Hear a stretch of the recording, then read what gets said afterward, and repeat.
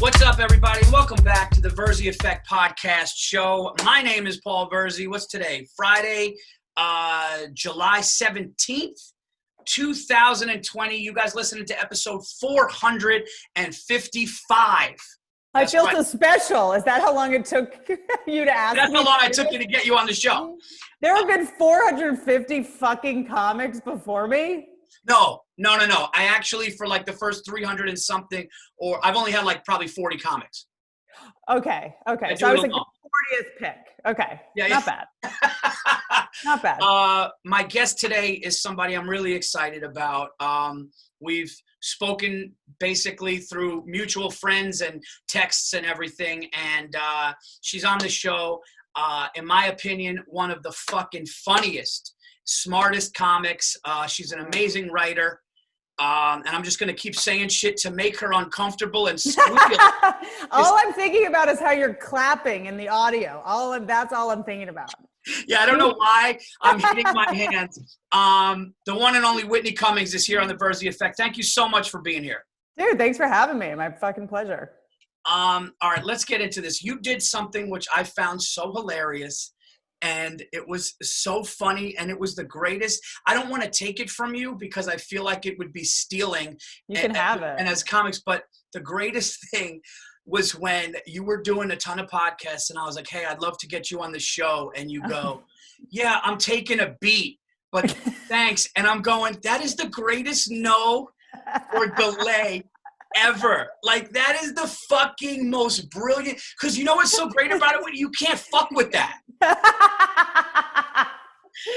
Well, okay. So for those of you that doesn't read our text messages, you reached out to me. I'm a fan of yours. You were like, hey, do you want to do my podcast? My answer was yes, but I was like at capacity, and I think I don't like doing podcasts when I'm like spread too thin or have nothing new to say or feel like I'm doing a bad impression of myself.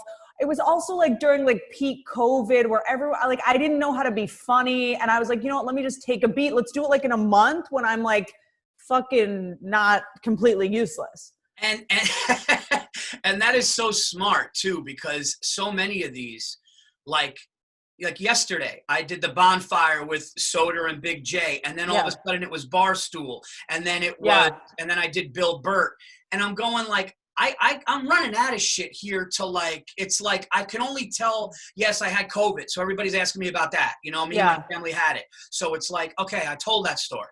You know what I mean? But then, and then it's like people are going to watch you on other I think we're so arrogant and so insecure at the same fucking time. We're so arrogant to believe that everyone's going to tune in to listen to us fucking just talk with no material. But then we get insecure and we're like, well, they probably didn't listen to me on this other thing. So I guess I'll just tell this story again. You know, it's like, which is it? Are you fucking insecure or narcissist? Like, it's got to be one or the other. So I just have to let some shit happen to me so I actually have some new shit to say.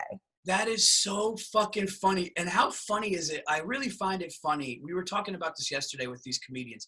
Doesn't matter like what level comedian somebody's at, whether they're starting out or they're really ready to pop or they're up where they need to be or where they want it to be. The insecurity level of comedians, it's almost hilarious that you're like watching somebody that is like so talented. Like I was at the worst depression and insecurity of my life. Like, and then a year later I shot my special and it did great. And people are like, it's coming. And I mean, I went through my own mental shit. So that's why. I mean, what you're saying is fascinating because the fact that insecure comedian is such an interesting oxymoron for me because we are so driven by insecurity, yet we're the same people that go on stage and say, we're going to talk for an hour. And if any of you try to interrupt, security will remove you. That's how interesting I am. Oh, that is so great. And then we go off stage. We're like, were we good? Were we good? It's like, which is it? Like, it's like we're the dog in the park who growls and scares the shit out of everybody. And then as soon as we get back, we're just like licking and hoping for love. Well, I'm in a 12-step program, and something we say a lot is for like insecure narcissists, it's I'm a piece of shit in the center of the universe. Yeah. Which is so what we are. We're like, I'm going to get on stage in front of you because I'm better than you, and I'm going to tell you how much of a piece of shit I am. Now you're sober. I'm not sober. I'm in something called Al-Anon, which is if you grew up in an alcoholic home. So, and you tend to recreate your childhood circumstances by being addicted to things like perfectionism and people pleasing. And, you know, actually it's like a control addiction and a perfectionism and sort of more like workaholism for me. But drinking's really never been my thing. I'm sure that's coming. I'm sure I'm careening towards that program. Right. But not there yet. It's more about sort of like, dating alcoholics and being addicted to drama and adrenaline and shit like that. So you've had your share of alcoholics as far as dating. I did, but I haven't dated any comedians, which you'd think those would be concentric circles. Right, right. No, that's really interesting. Like, it makes me wonder, like, are you just geared or interested? No, but you would never know that they drank. So that's kind of like, you know, how many in a row? Like after the fourth, you must have been like, all right, dude, I suck at picking. My picker is fucking broken. Well, it's two things. It's like, you can't really, you know how like in your 20s, there's like subconscious, like we call it like butterflies or passion or soulmates or whatever, but it's really just, we're vibrating people that recreate the neurological cocktail that we were being sort of pounded with as children, whether it's, you know, authority figures or fear or stress or chaos or walking on eggshells or passive aggressive behavior or, you know, can you pass the fucking salt, Dan? Where you're like, oh, I feel like these people are fighting, but they're being really nice to each other. Like, thank you so much. And you're like, wait, that's whatever you're recreating. So I would just vibrate broken people that I had to rescue or martyr myself on because it gave me some kind of purpose. I was like a bad talent manager, and I would just sort of like find people that I just had to, in order, you know, a lot of Al-Anons, we get our self-esteem from how sort of important we are to other people or how productive we are or how necessary we are to others. That's how we, and that's also how we avoid abandonment by, I'm going to do so many nice things for you that you can never leave me because you owe me too much. Right, so right. That's how I feel safe. I'm going to take care of you so you can't live without me. So where are you going to fucking go? I dare you to leave. I have your insulin in my fridge. Where are you going to go? So it's it's a way that we also avoid abandonment, but it's also a way that we avoid looking at ourselves. Like, you know, I think that if you're an unrecovered Al-Anon, you can never feel like your full potential as a comedian because you're not looking at yourself. I'm going to date someone who's so fucked up that comparatively I seem together. And you think that that's a subconscious thing, or are you purposely doing it? Maybe. I think it's also, that's what I learned love was, just cleaning up a mess and fighting and fixing someone. And, you know, like, that's just what I learned a relationship was. So it was, I think first it was my blueprint. And then it was like, oh, well, this is convenient compared to all you. Like, I'm the best. Even though I was a total fucking wreck, but compared to you, you know, pieces of trash, I'm doing pretty well. It's a way to get like a little piece of like comparative self-esteem when you're comparing yourself to, you know. Yeah, you're such a fucking disaster that like, I'm fine. Like, I got my shit together. I don't have any work to do. You know, meanwhile, I have $7 in my bank account. I'm like cheating. You know, like I'm a mess, you know?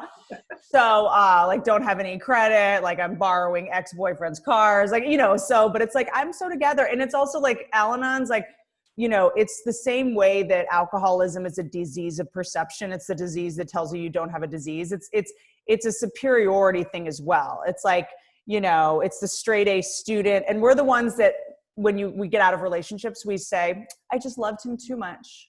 He couldn't handle it. Right. Yeah. Meanwhile, we were micromanaging, mothering and martyring and trying to fix them and change them. You know, it's like, that's amazing that you recognize that. And that's one thing that what interested me in talking to you was, Burr, who's my best friend and mentor, you know, Bill is my son's godfather. He's family to me. And no, I know. It's not a Bill, whatever, Monday morning, Thursday afternoon, whatever his podcast is called now. I listen to all of them, and I miss it when you don't call during his recording. Yeah. I'm always like waiting for you to call it and be like, it's fucking Virzi. But hold on, let me call. Hold on. Yeah, he called once during mine and went on a sports rant, and I didn't even record it because it was just like I was like, nobody wants to hear that. But I love your friendship. Like, I just love it. Oh, he's I met him in 05, and then he was great. He saw something in me, and it's been an amazing thing. But and he's a great dude. But when you were on the podcast, what I noticed about you. And that's when I was like, oh, man. And Bill actually busted my balls about it. He was fucking shitting on me for it because I was like, hey, man, I was like, Whitney's like really like smart. Like you could tell like the way she listens. And he was like, yeah, Dick, she's like Ivy League smart, you fucking dope. Like, yeah. And I'm just like, and I'm like, all right. But like, I can tell, but it was the way you were listening. And I've done a lot of podcasts, and I can't stand when I do a podcast with somebody and they're just doing that, like we were talking about before, Whitney, that insecure comedy thing where they're waiting for their time to say a joke, or they're just, and it's like, let the fucking show come to you. There's no pressure here, and they're just waiting to be funny. And I'm like, did you just hear that story? Like, did you just hear, like, I was on a podcast, I'm not going to mention names, I think you know, and a friend of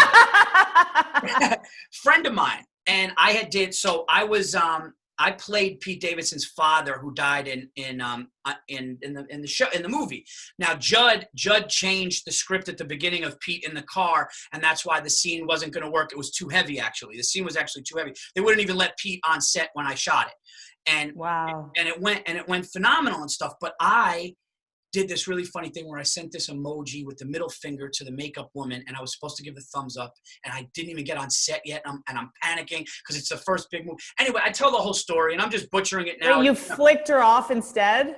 So what happened was I had to have this mustache, and they kept like texting me, Whitney, every day, can we see the mustache? And I'm going like, I was like, that was 12 hours ago. Like, the mustache is fine. Like, my mother's Greek, my father's Sicilian. I'm fine. like I could literally shave this. My mother is 100% Greek. My father is Sicilian. The mustache is gonna be there. Like that's genius. Yeah, like the mustache isn't gone. We'd really like to see it. We'd really like to see it. And she had this accent. And she was super sweet. So I'm on the West Side Highway going to Gotham to do a spot, and she's like, I really don't mean to bother you. And I stopped at a light, and I meant to give the thumbs up, and I gave a big middle finger. Oh shit! And I didn't get to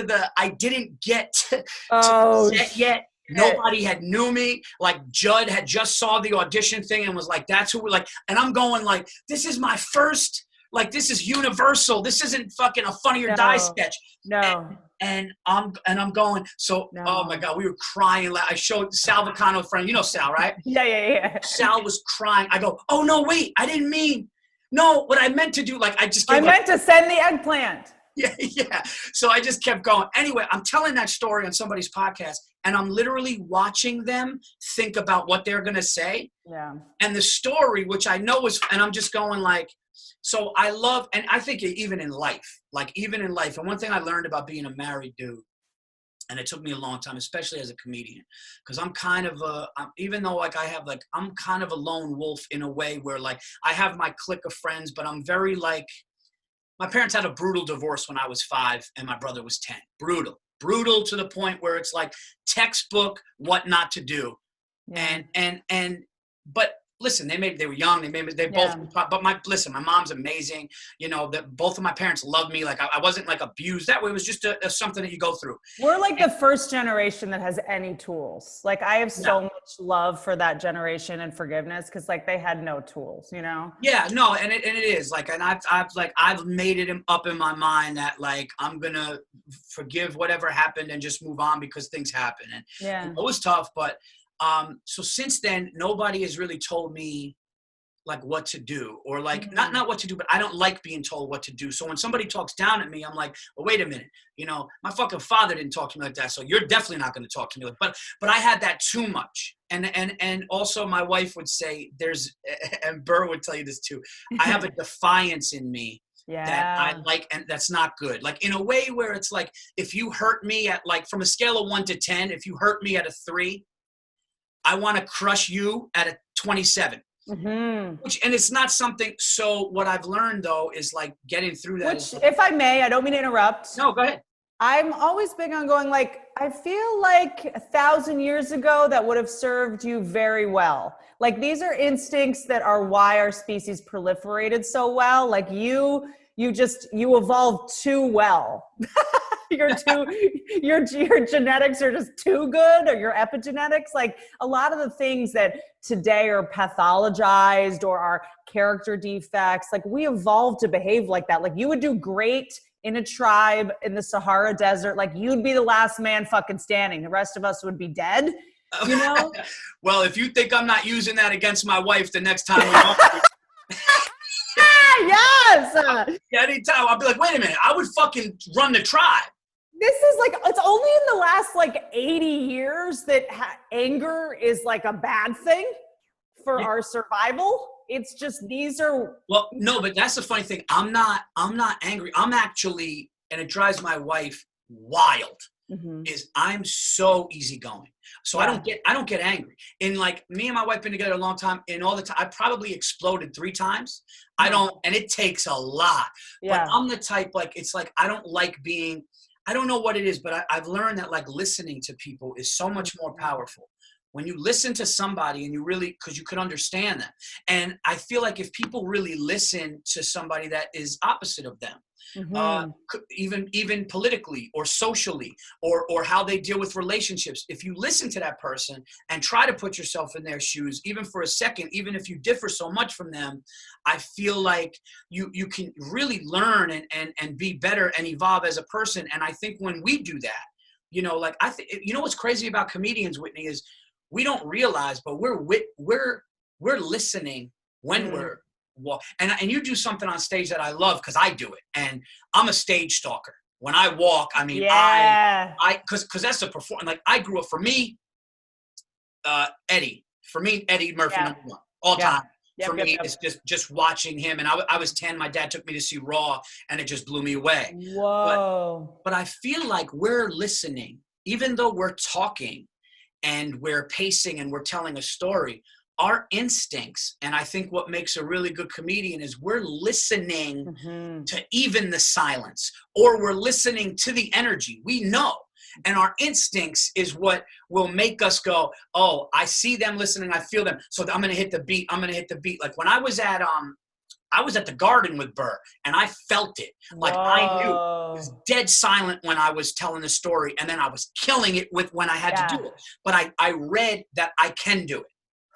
So when you're on stage, and I notice because you tell stories and you're really like, it seems like from the bits that I've seen you do, you're really in tune with the craziness of you, right? If that makes sense. Yeah. Like you're in tune with, if you did something, like you did one joke where you were like, you reminded me of it when you were like, pass the fucking salt, Dan, which is hilarious because but you understand that your mood was doing that. It's 14 hours. And I never know why it does that. Does your webcam do that? We've been rolling for 14 hours? No, it just, like it'll just say like. It's flown by. It just. No. What a great podcast. But have you just been watching porn for 14 hours? Is that what it is? Oh, every time I turn this on, it just says a random hour. But yeah, no, I think listening, and as comics, we do it without even knowing it, but like listening in a relationship, listening all the time. As a matter of fact, that's what I'm going to name this episode. The name of this podcast is going to be Listening, because it's and you do it incredibly. You do it, I told you, like it's the way you watch and the way you actually take it. But what people don't understand is that's what allows the good talk and conversation, because it's like, now you've given me ammunition to not only hear what you're saying, but process it and come back, where other comics are like, oh, that was funny, now I got to be funny. That's where I think is brutal. It's so fucking powerful. It was like, you know, I've already learned so much from you, you know, just in texting with you as we're getting to know each other. You said something about this earlier, and I was like, God, like, it's such a fucking, and this is what good listeners and good observers, hence good comedians, do, is they make observations, the things that are right in front of us that we see all the time and just haven't quite noticed because it's too obvious or something. We sometimes do these insights.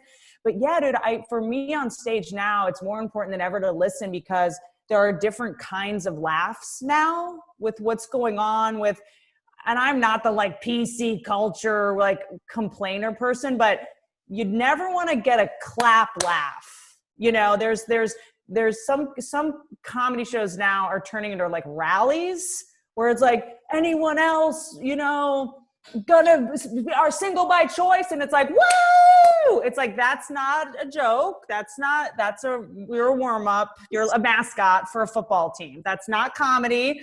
So I think sometimes, you know, I don't know if it's because I'm a girl or something, but sometimes when you get like a woo, I have to be like, wait, that wasn't a laugh. That was a woo. I need that slap. You're looking. But that's because you're a good comic, and that's your instinct. Because your instinct is like, no, that's anybody's getting that. I want the unique laugh of my perspective that made people think and then go, that was great. That's the difference. Because anybody could be like, you know, give it up for the, you know. It's clapter. It's like there's a new epidemic in comedy of clapter, and of, you know, if you say something that's like incendiary or triumphant or like, fuck it, I'm going to say the word retarded. And everyone's like, woo! It's like, okay, that wasn't a laugh. Like, if you want to say that word in a joke and whatever, earn it, you know? So I can't believe you just said that. I cannot. Why? Believe you just said that. Why?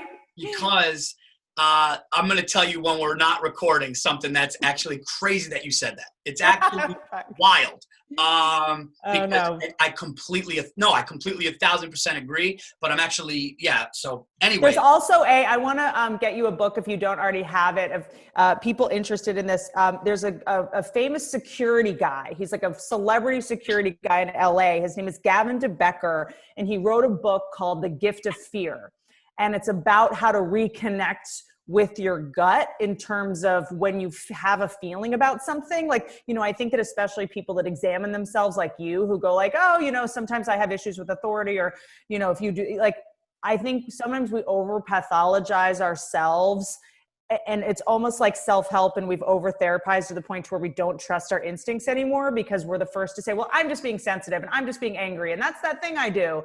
Whereas sometimes, you know, people are dangerous, or sometimes you're in a situation where you're actually not the problem, even though we're always the ones looking at ourselves to get our side of the street clean. Like, we're so overly accountable. And this, you know, book, it's about how to reconnect and trust your gut and listen, frankly, and taking in nonverbal communication is what, 70% of communication or something. Talking isn't even, you know, the most important part. And I remember when I was a kid, my favorite shows were the shows that made me laugh when the sound was off, like Three's Company. And, you know, I remember even Cheers, I would laugh. I could feel what was going on non-verbally. Like, words are just get in the way sometimes of what we're trying to say, if that makes any sense. But The Gift of Fear, it's great. It's a great book about how our bodies can listen.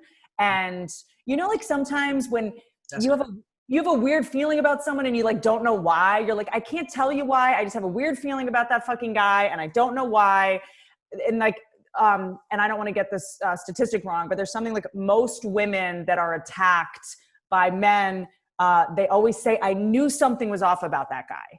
I just knew it. They always say that, and they're like, but he offered to carry my groceries, he offered to open the door, so I just assumed I was being dramatic, or I just assumed I was being weird or something, you know? Yeah. Wow. Well, I got to tell you a story now, because that's the instinct and the intuition really is wild. And intuition, that's right. So I might have, this is crazy actually. So I might have told the story on another podcast before, but I got to tell you.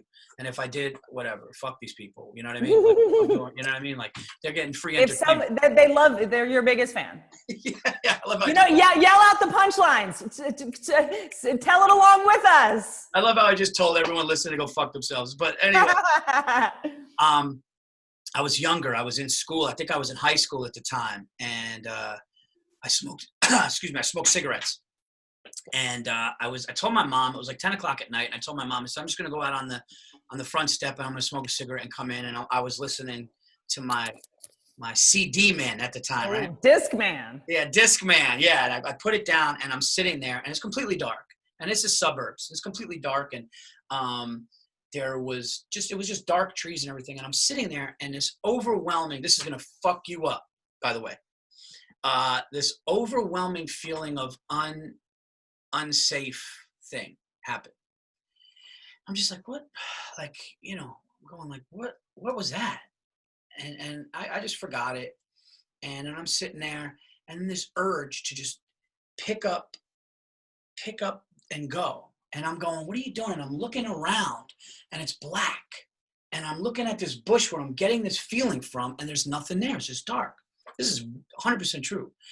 And all of a sudden, I'm like, stop it. And in my mind, I'm like, you're being a fucking, what are you? Pussy. Yeah. Yo, you fucking pussy. What are you scared? You're 5 feet away from your door, and Yeah. all of a sudden, I'm fine. And 5 minutes go by, and my instincts and body said, get out now. And I went to reach for the music and the cigarette. And all of a sudden, my mom pops the front door open. And she goes, I told you not to have anybody over. And I go, what do you mean? I don't have anybody over. She goes, oh, yeah, so your friend right there in the white hat that just ran on the side of the house. It just went up my head right now. She goes, oh, so your friend in the white hat that just ran by in the back of the house, that's not your friend. Whitney, right now, my whole body, as I said that, my whole body. I'm like going to cry, yeah. My whole body. And I looked at my mother, and I go, what? And I ran inside, and I told her, and they're doing a sign of the cross. I mean, they're just like, and I swear to God, my intuition, I felt it. Yep. I felt it. And my mom said, somebody in a white hat just ran by. And the weirdest thing was the house, they said something about the house next door definitely was like haunted, and people would see it. And the mother-in-law came from Ireland and felt somebody sitting in her lap. But my mom said it was like a friend with a white hat, but I just felt it. Bill Burr said, he goes, the two best at reading people I've ever seen is Bobby Kelly and you. The thing that makes me mad is I know Bobby Kelly's better, which drives me nuts because he's like, but I have that thing where like I can tell. When we were on the tour, it was Bartnick, me, Burr, a bunch of us were on a tour bus, and the driver, I go, fuck that guy. The driver is a selfish piece of shit. And they go, Jesus, Virzi, we didn't even get like a quarter of the tank. And then when it was done, Burr called me and he goes, that guy's the biggest selfish piece of shit. Do you know he did this? And it's like, yeah, I know. I fucking know. Because it's what it is. You could see it. There's something of it's like, I think we don't give ourselves enough. We're so cerebral. That's so valued in our culture, and emotion is so not valued. Emotion is looked down upon, especially, I don't mean to get into this conversation. Like, I'm not like toxic masculinity is a problem. It's more like, I think that to be in touch with your emotions and your feelings as a woman or a man is so pathologized. Like, you're not allowed to say, I have a weird feeling about that guy. It's like, you're either a pussy, you're a bitch, or you're a dramatic psycho, And it's so weird that we don't value our sort of clairvoyant sort of intuition. I agree. And I have a little girl, and I want her to have that as a woman. It's like, I want her to be able to go, there's something wrong, without people going like, and by the way, I don't have to tell you why.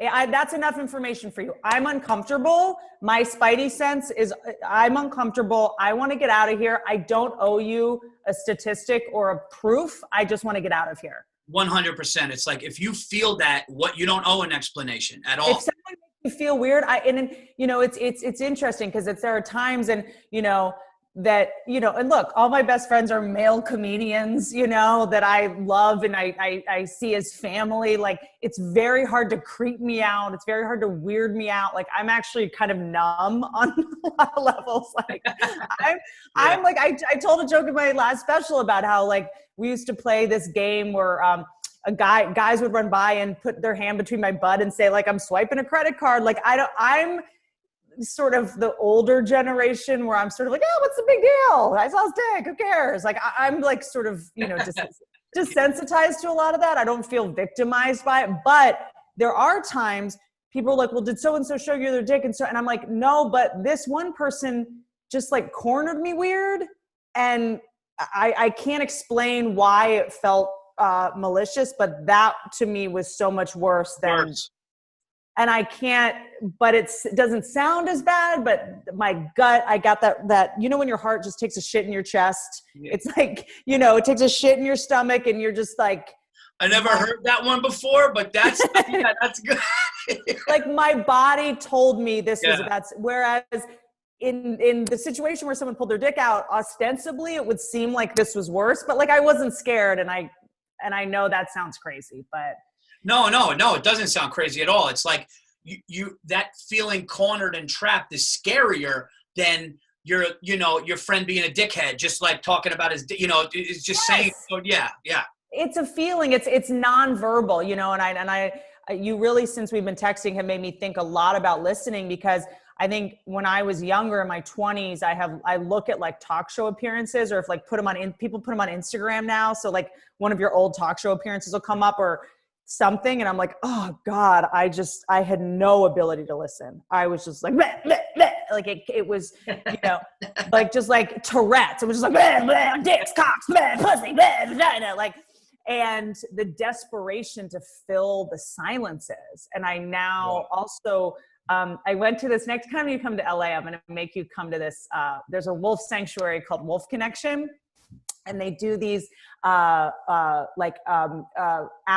youth camps, where these at-risk youth are either, in rehab or juvie or whatever it is. They don't really have the ability to express their emotions yet. They have lots of anger. They're shut down. But what they do want to do is talk about fucking wolves, because wolves are awesome. Yeah. So they'll show the whole wolf pack. They're all, sort of in fencing. And there's, 10 of them or something. And, there's a wolf that's, pissing, one that's eating, one that's sleeping, one that's digging, one that's shitting, one that's howling, the whole pack. Mm-hmm. And they, the first thing they say to the kids is, which one is the alpha? And they all go, the one that's barking, the one that's digging, right? The one that's eating, the one that's sleeping. The alpha sleeps. And it shows them like the actual best way to be powerful and be the boss and in charge is not if you truly have power, you don't have to assert your power, because you have power. There's usually, you have nothing to prove. Yeah. It shows them like fighting's not the solution. Arguing's not the solution. Just fucking take a nap, dude. That's what true power is. You don't have to prove yourself to anybody. Oh my God, you're making me, that's the second thing I'm going to use, because that's what I do. But that's what, and it's been kind of a life hack. Like, for me, a couple things that I've learned is like apologizing and shutting your fucking mouth. If you truly want an argument to be over, if you want a conflict to be over, I used to want to talk my way out of it, win my way out of it, manipulate my way out of it, lawyer my way out of it, comedy my way, it's like, I thought that losing was losing. Yeah. Does that make sense? My ego was so fucking wrapped up of like, I got to win this fight. And it's like, well, if I win, we both lose, because someone's, so it's like the best thing I can do is just say, I'm sorry you feel that way, and shut my fucking mouth. And that takes a lot. A lot of people are not willing to do that. It's like they just want to be right. Everybody just wants to be right. Mm-hmm. It's even with this COVID thing. It's like the fact that they're politicizing this. It's like, just fucking put a mask on and wait for the shit to be over. But it's making people go, well, no, I first said this, so I need to be right. It's like a lot of people didn't think it was going to turn into what it's turned into. I mean, this is like unprecedented. We're all home, so a lot of people were wrong, going, this is a little overblown, but what it is. And the fact that people are politicizing it, it's like, just listen, listen, put the fucking mask on, wash your hands, social distance, and things are going to get better. And it's all like, no one's going to tell me. And it's like, because they just want to be right with they want to look for evidence to prove what they said already. Right. Yeah. And I will say, as I get older, like, what the hottest fucking thing in the world is? When I hear a guy say like, what? I used to think this about, and now I think this, like changing your mind when you get new information. Yeah. Is such an attractive quality. So when this first came out, not only did I get it, but like before I got it late March. But before, I'm going, guys, chill out. The media loves this. And that's, and which is true, still true. And I got into it with people, and people were going, and they're going, no, Paul, this and that, statistically, this can happen. And I went at the guy. Then I took it down, and then I, on podcasts, publicly said, you know what, man, I didn't expect this. I got this wrong. I know the percentages are low, but 1% of 328 million people is, or whatever it is 117,000 people died in World War I. Right now we're at 135,000. So I said it, and somebody goes, oh, I see you took your tweet down. And I said, not only did I take my tweet down, but I publicly said that, you know what, this is, you know, and you know what's crazy is like I was talking to somebody and I said like, so my father and I have a different relationship, and it's what it is. It's cool, but I didn't get to see him that much, you know, and but my father is, you know, staunch Republican, right wing, right, and I was glad to hear he's like, I'm wearing a mask. He's like, I'm a Republican, but I'm old. I'm also old. He's like, I'm wearing a mask. Like, I'm not getting this shit, and I'm not trying to prove a point. And I was like, oh, you know what? Like, and I said that to people, and then people were like, still trying to go, well, and I'm going, no, don't do that shit, because I have the ability to not make something political when it's logical and makes sense. I have the ability to say, if a mask is going to save somebody, you know, my mother had stage 4 cancer, the worst. She was on her way out, and 2 months before her last relapse, the Dana-Farber, this is an amazing story, the Dana-Farber Institute in Boston, 2 months before my mother's last relapse, my mother was on her way out, was spreading, and they came up with a test drug that they put on 100 people, and out of the 100, 26 it worked. My mother was one of them, and then it started coming back. And then some people started getting it again, and they started to die. And then it only lasted on 10 people. And my mother's one of the 10 people, and that was 20 something years ago. So my mother got to see her grandkids. My mother got to see everything. But you know what the Dana-Farber Institute did, Whitney? The Dana-Farber Institute called my mother and said, you better stay the fuck inside and be careful. So there's a lot of my mothers walking around out there. Yes, that's right. So that's what we're doing all this. We're doing all this for older people. That's what this is for. Yeah, so it's like, so this whole idea of like, I don't care what your politics are. Yeah. If this is something that's killing people, so if me, and let's just say this, let's just say for argument's sake, let's just fucking say that it is overblown and this and that, and the chances are you're not going to get it. And if you do get it, you're going to live through it. What if let's just say that. If I'm going to save one person's life, why wouldn't I just do it anyway? Yeah. It's not like I have to have a mask in my home, not to mention it's 2020. We got fucking video games and anything we want to stream. It's like, what am I worried about? Yeah, I mean, it's a tricky one. And I, you know, I feel very grateful that I get to, you know, live in a house. Like, I mean, it seems like you're in a place that's ventilated well. Like I can't imagine what it's like to be, you know, stuck inside living. I live alone, you know, so I can't imagine how high strung a lot of people are of like, if you go home and someone's micromanaging you, and then you go outside and someone's micromanaging you, and you go to work and someone's fucking micromanaging you. Like, yeah. I always like to preface whatever my opinion is like, I'm super lucky. I'm my own boss. I get to I don't have to answer to fucking anybody anytime for the most part, you know, except an audience. If they don't like a joke, I have to fucking change it, you know? And so I also think it's, you know, and this is not like at all like helpful to what you're saying, but I just think we forget how much pain so many people are in. Most people are not doing the work we're doing. Most people are don't get to have a podcast where they get to feel heard and they get to hang out with comedians all day. Like, you know, I try to just have compassion and go, yeah, if I was still fucking 25 before therapy and someone was trying to tell me to fucking put a mask on, I'd probably be like, fuck you. No, and I get it. And I also get after months, you're like, all right, dude. And I had it. Yeah. So I get what they're saying, but I'm saying if it would just quicken things and if you were able to take you not being right out of it or you being wrong, then I would just say, you know, I agree, but we're also the same species that's eating Tide Pods on TikTok. I mean, we're not a rational species. Like we are we aren't computers, you know, it's amazing to be reminded of how visceral how emotional a species we are. You know, we make no sense. Like our species makes absolutely no sense.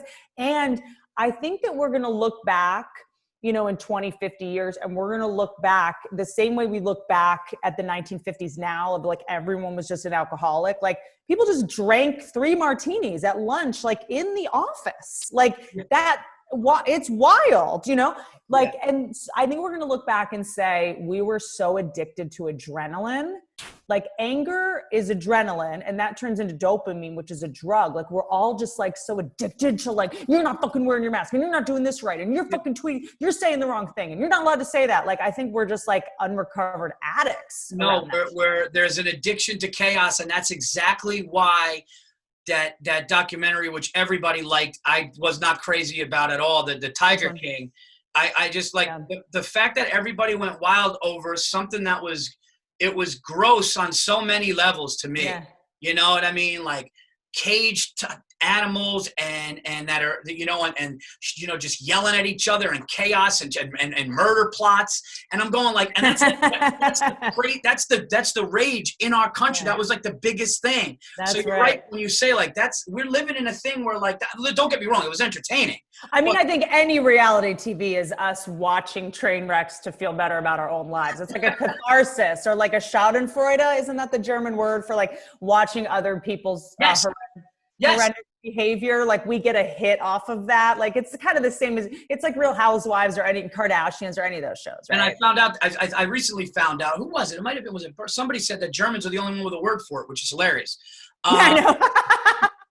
Leave it to the Germans to be like, we need a word for that. We just call it the internet. I cannot believe we're almost done here. This is wildly fast and so good. But a couple more things, if it's cool, if you have time. Don't rush. Please don't rush. So are you losing your mind? Let's talk about what you're going through here. So you're living alone in a nice home out there in Los Angeles. You're just chilling out. I'm far out, FYI. I do technically live in LA, but I live like out in the woods, like Topanga Canyon. You know, it's almost like the upstate New York of LA. Like I don't live in LA.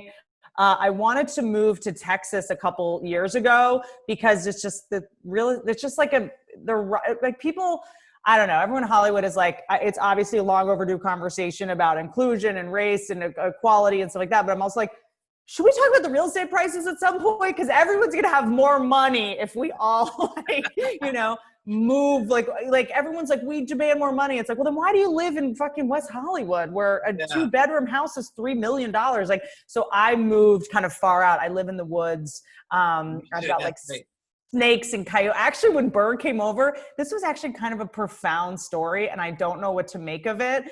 It's not going to be funny at all, but Bill came over, which it meant so fucking much to me. When you start a podcast, one of the hardest things to have to do is ask people to be on a podcast. It's like you feel so corny, you feel shitty. I'm also just in a constant state of apology for my existence. Reaching out to you was one of the most soul crushing things because what happened was Bill is my friend. And when I saw that, I was just like, I reached out. And then when you were like, oh man, like I'm a fan of you, it was amazing. But I just felt so bad to reach out to somebody, that I don't know. And then I don't want to reach out just because we have mutual friends and we never met. And I was just like, but I really like what you do. And I think you're super funny and smart. So thank you for being nice about it. You know, I mean, I think it's an interesting thing that we're all, you know, we all have podcasts and like, you know, our whole thing is we don't fucking need anybody. It's just me and the audience. We're not team sports players. We're not improv troupe people. We're the fucking like, it's just me. I just need a microphone. That's all. I don't fucking need anybody. And then we're like, hey, can you do my podcast? We have to do it every week now. So all of a sudden we have to be like team players. Yeah. And, you know, and it's actually so weird because I was thinking about it because, you know, I mean, the Comedy Store recently like completely imploded in a way, kind of out in California. And it's been kind of funny now that comedians are not seeing each other every night in the hallway. As soon as they're like, oh, we're not going to see each other for a year, they just fucking have gone at each other. Like, I never fucking liked you. But no, you're thinking about Bill. I hope I didn't interrupt you. No, Bill was so fucking cool because I never would have asked Bill to be on my podcast. It would have never have fucking happened. I just do not have the constitution to do it. And he reached out to me and he's like, hey, dude, when am I going to come on your podcast? And I just was like, that is the awesomest, kindest thing you can fucking do is to just initiate when someone else starts a podcast and go, hey, when am I coming on? Let me know. And he kept saying like, what day works? He comes over. And Bill, like, you know, I still sometimes have to like I mean, I was a fan. I'm a fan of him, and you know, coming up, and I still don't. I don't feel like I'm an equal to him, and so sometimes it just takes me a second. And he's like a honey badger. You never quite know, you know, like because you know at any moment he's like a rattler. He can just fucking level you at any moment. So it's this thing where it's like, you know, when someone's like, Billy, it's like you don't want to try to be funny, but you know, it's just, I find myself in my head a little bit around him. We go upstairs. I show him my house. I have a balcony that overlooks like 140 acres of land, which is why I moved out here. You can't see any houses. We go out and I'm like, isn't this beautiful? We look down, there's a pack of 5 coyotes just during the day, just looking at us. And Bill was like, those motherfuckers. And just like kind of walks away. And it was like they came for him. I've never seen them. During the day, they were staring at my balcony and Bill just looks right at him. It's like, it was just weird. It was a very unusual nature sighting that only happened in the 60 seconds that Bill was standing there. Wow, it was just odd. That's it was wild. Odd. Are you're okay though, mentally? You know, for me, like, I'm not the person that's like, you know, I love doing stand-up more than anything in the world, but nothing is worse than it not going well. So the only thing worse than not doing stand-up is doing stand-up and like getting off stage going, did that work? Was I cheating? Like, did they, you know what I mean? So for me, I don't worry about things I can't control. It's just, I've worked on it for a really long time, like in Al-Anon, like 10 years of a 12-step program. And I'm like, if I go on stage right now and people are in masks and everyone's scared and is everyone even gonna get their money's worth? Like, so I'm not the person that's like, I need to get on stage right this second. I'm like, I'll do it when it makes sense. I want to do outdoor shows as soon as those start popping up. Yeah, I mean, I just said multiple times, I'm just not standing on the back of a truck with rubber gloves yelling at cars. I'm just not going to fucking do it. That's number one. Number two, I'm not going to stand in a field yelling at people on picnic tables. I'm just not doing it. So I did go to Arizona. Those guys are great. Tempe? They do Tempe. I was supposed to do Tempe and Copper Blues. I did Copper Blues and Stand Up Live they have. So I went out there and all of a sudden like it started to spike and I'm like, but I made William Morris called up, my agent called up, they called up hospitals. So I said, look, I'm not going to be responsible. So they're going to go 50% capacity. And this is in June. And they were like, no, they're open. They're going to do 50% capacity. And you're going to be completely taken care of. I said, I got to find out. I said, because now I'm starting to see numbers. So William Morris called up hospitals in the area. Wow. They're giving me information. My manager, Rory, called me up and he was like, okay, you're going. And I went and it was fine, but it was just like, then all of a sudden the numbers were rising and then they shut it down. But I don't need to be up, but I have a special that we're going, like my next special is coming and we were touring it. And it was really like. Did you feel like all the stuff you were doing, the material still worked, or did you have to go like before the pandemic back, you know, like did you have to rework it? So 2 great things happened. The first special, I'll say this, which came on Comedy Central, there was a resurgence during the pandemic and it got like 8 million views during this. Awesome. Okay. So that helped a lot because Comedy Central does a nice job of hiding shit. So they finally put it out and people could see it. I actually got to say Comedy Central was good to me, but the way that it worked, just then they finally were like, oh, during this, we're going to put it on YouTube. And then they put the special on YouTube and it did great. But the next one was ready and everybody as a part of it is like, oh my God, this is better. And so a lot of people, you know, Pete Davidson's directed. Pete Davidson wants to direct it. Troy Miller, who did all of Brian Regan's, he wants to sit with Pete on it. So it's just better than the first one and it was ready to go. And then boom. So now they're revisiting some things and things are good, but I was ready. So unlike a lot of other comics, I have the hour now.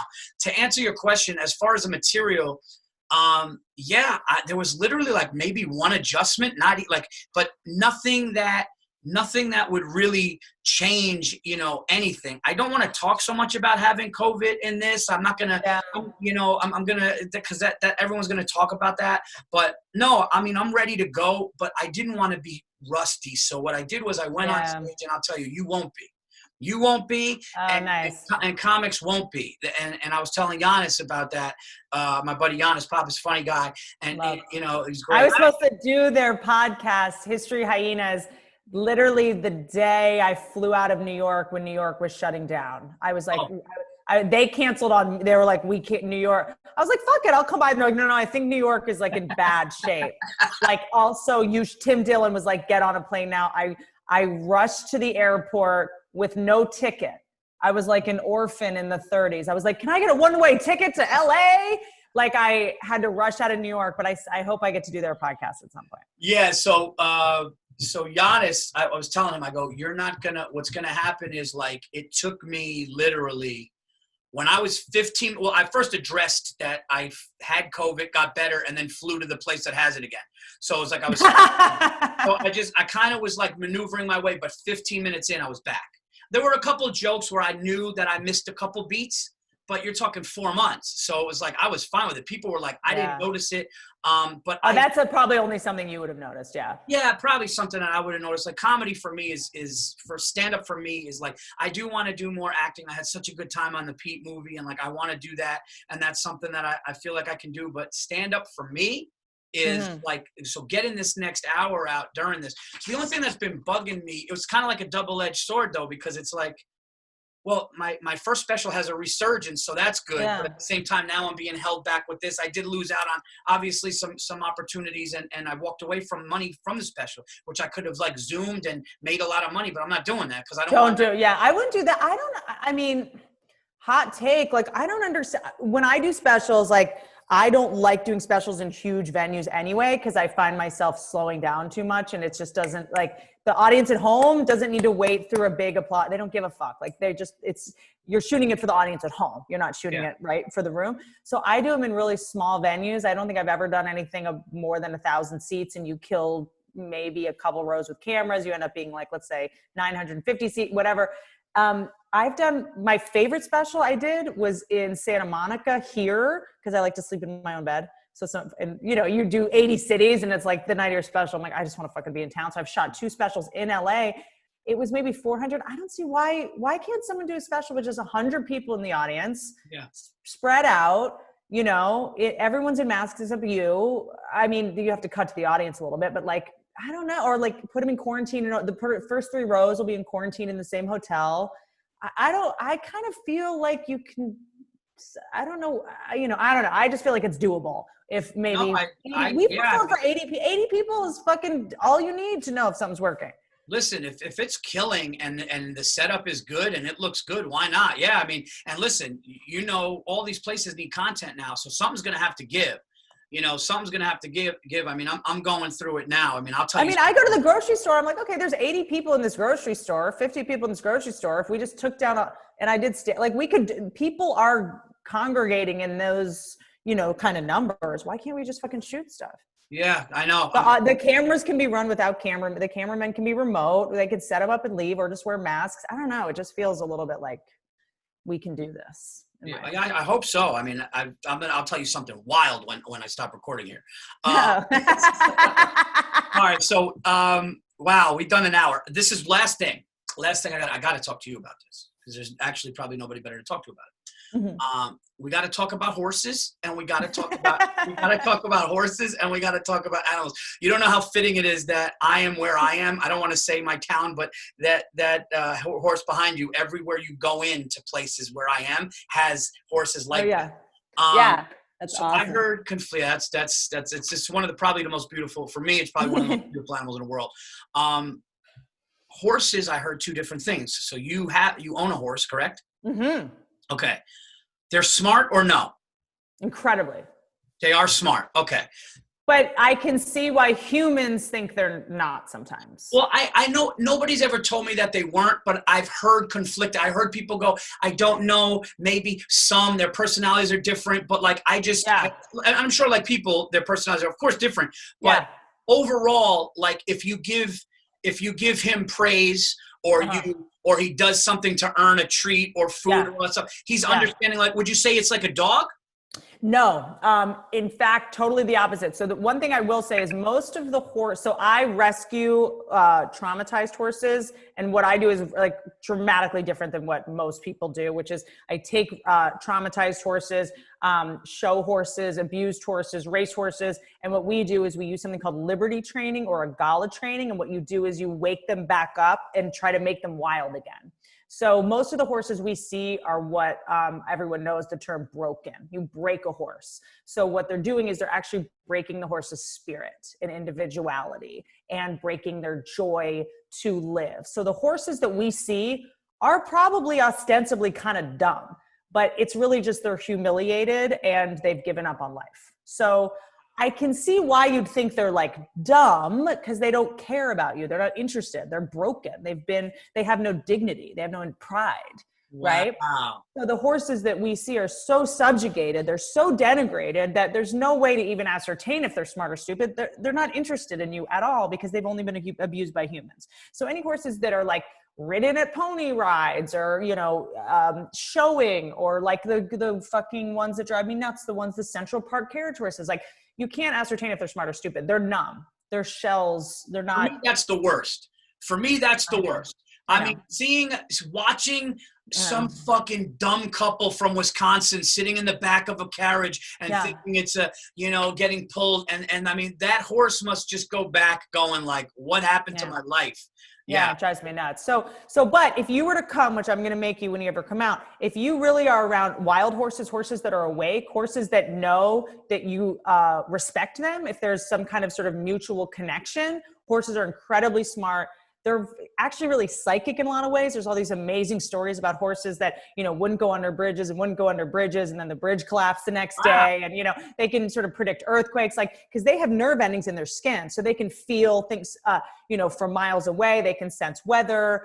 They are so incredibly perceptive because they're prey animals. So the difference is dogs are predators and horses are prey, right? So horses, they can tell if a mountain lion, comes over the hill, they can tell if it's hungry or not. That's what they've evolved to have to do. They've evolved essentially to be food is not even the biggest reward for them because they are grazers.